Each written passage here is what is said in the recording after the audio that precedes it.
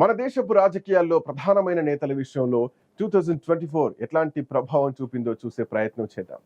ముందుగా బీజేపీ నేత ప్రధానమంత్రి నరేంద్ర మోడీ హవా తగ్గిందా పెరిగిందా అన్న విషయానికి వస్తే 2014లో ప్రధానమంత్రి పదవిని చేపట్టిన తర్వాత ఆయన ఎదురులేని మహాయోధుడిగా ప్రచారం జరిగింది. 2024 ఆ ప్రచారానికి ఆయన దూకుడుకు కళ్ళెం వేసిందని చెప్పాలి. ప్రాంతీయ పార్టీలు పుంజుకోవడంతో ఆయన మునుపెన్నడూ లేని విధంగా సంకీర్ణ ప్రభుత్వాన్ని నడపవలసి వచ్చింది. బీహార్ ముఖ్యమంత్రి నితీష్ కుమార్, ఆంధ్రప్రదేశ్ ముఖ్యమంత్రి నారా చంద్రబాబు నాయుడుల సహకారంతో అడుగులు వేయాల్సినటువంటి పరిస్థితి ఏర్పడింది. భారతదేశ రాజకీయాల్లో మారుతున్న పరిణామాలకు ఇది అద్దం పడుతుంది. ప్రాంతీయ నేతలు కేవలం కూటమి భాగస్వాములుగా మిగిలిపోకుండా కీలక నిర్ణయాలు తీసుకోగలిగేటువంటి స్థాయికి ఎదిగారు. దీన్ని బట్టి మోదీ ప్రాబల్యం గురించి అంచనా వేసుకోవచ్చు. ఇక ప్రస్తుతం పార్లమెంట్లో ప్రతిపక్ష నేతగా ఎదిగిన రాహుల్ గాంధీ విషయానికి వస్తే, కేరళలోని వాయనాడ్ నియోజకవర్గం నుంచి సాధారణ ఎంపీగా గెలిచిన రాహుల్ గాంధీ మౌనంగానే పార్లమెంట్లో ప్రతిపక్ష నేతగా ఎదిగిన తీరు ఈ సంవత్సరంలోనే జరిగిందని చెప్పాలి. లోక్సభ ఎన్నికల తర్వాత ఇండియా టుడే నిర్వహించినటువంటి మూడ్ ఆఫ్ ది నేషన్ సర్వేలో రాహుల్ ప్రజాదరణ గతం కంటే బాగా పెరిగినట్లు ఇక్కడ వెల్లడైంది. ఈ సర్వేలో మొట్టమొదటిసారి ప్రధాని నరేంద్ర మోదీ రేటింగ్ 50% కన్నా తక్కువకు, అంటే 49.1% తగ్గిపోయింది.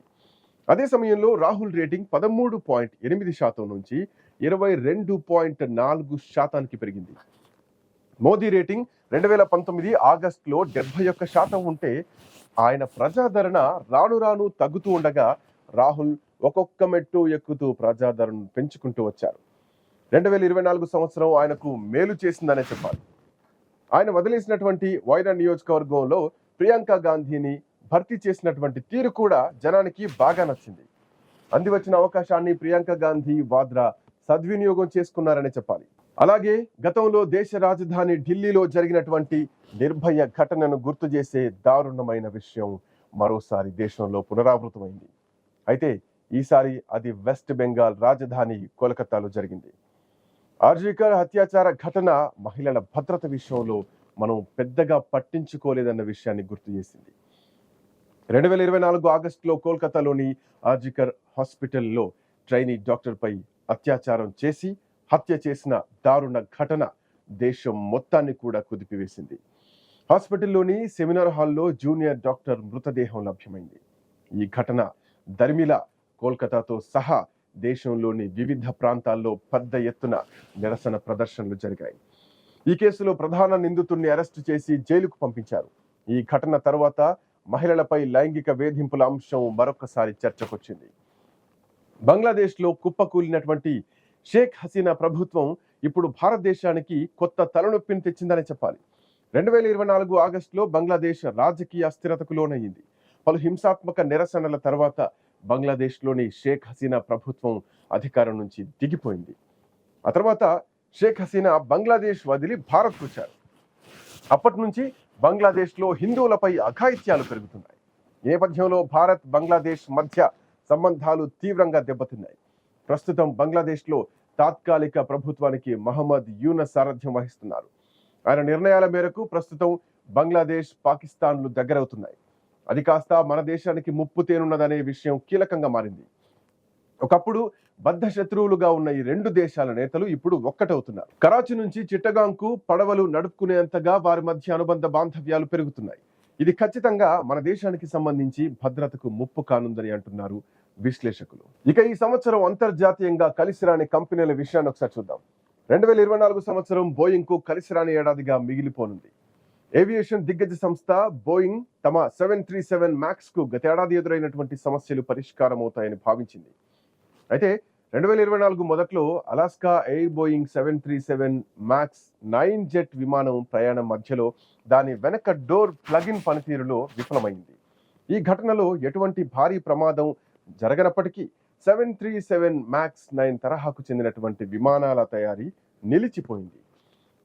ఈ ఏడాది బోయింగ్ కు పరిస్థితులు అనుకూలించలేదు. మరోవైపు బోయింగ్ కు చెందినటువంటి మాజీ quality control manager John Barnett అనుమానాస్పద పరిస్థితుల్లో మృతి చెందారు. బోయింగ్ సంస్థ 2024లో చేపట్టినటువంటి తొలి మానవ సహిత అంతరిక్షయాన ప్రయోగం అర్ధాంతరంగా ముగిసింది. వ్యోమగాములను తీసుకొని అంతరిక్షంలోకి వెళ్లిన బోయింగ్ స్టార్ లైనర్ వ్యోమ నౌక వారిని అక్కడే వదిలేసి కిందికొచ్చేసింది. వ్యోమగాములు సునీత విలియమ్స్, విల్ మోర్లు 8 రోజుల మిషన్ కోసం జూన్లో అంతర్జాతీయ స్పేస్ స్టేషన్ కు చేరుకున్నారు. వారం రోజుల్లోనే వారు భూమికి తిరిగి రావాల్సి ఉండగా స్టార్ లైనర్లో లోపాలు తలెత్తాయి. అంతేకాదు థస్టర్ విఫలమవడం, హీలియం లీక్ అవడంతో సునీత, విల్ మోర్లు అక్కడే చిక్కుకుపోయారు.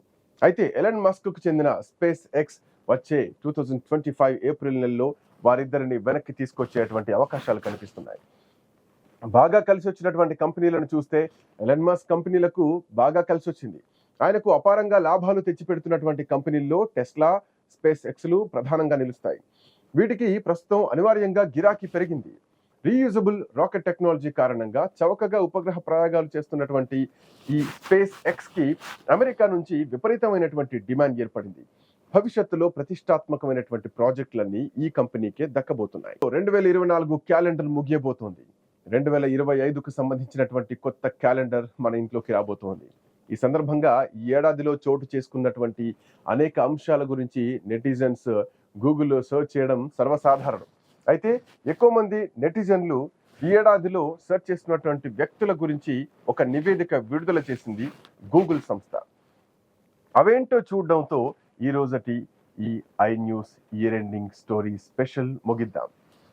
గత ఏడాది కంటే ఈ ఏడాది నెటిజన్లు విభిన్నమైనటువంటి అంశాల గురించి సెర్చ్ చేశారు.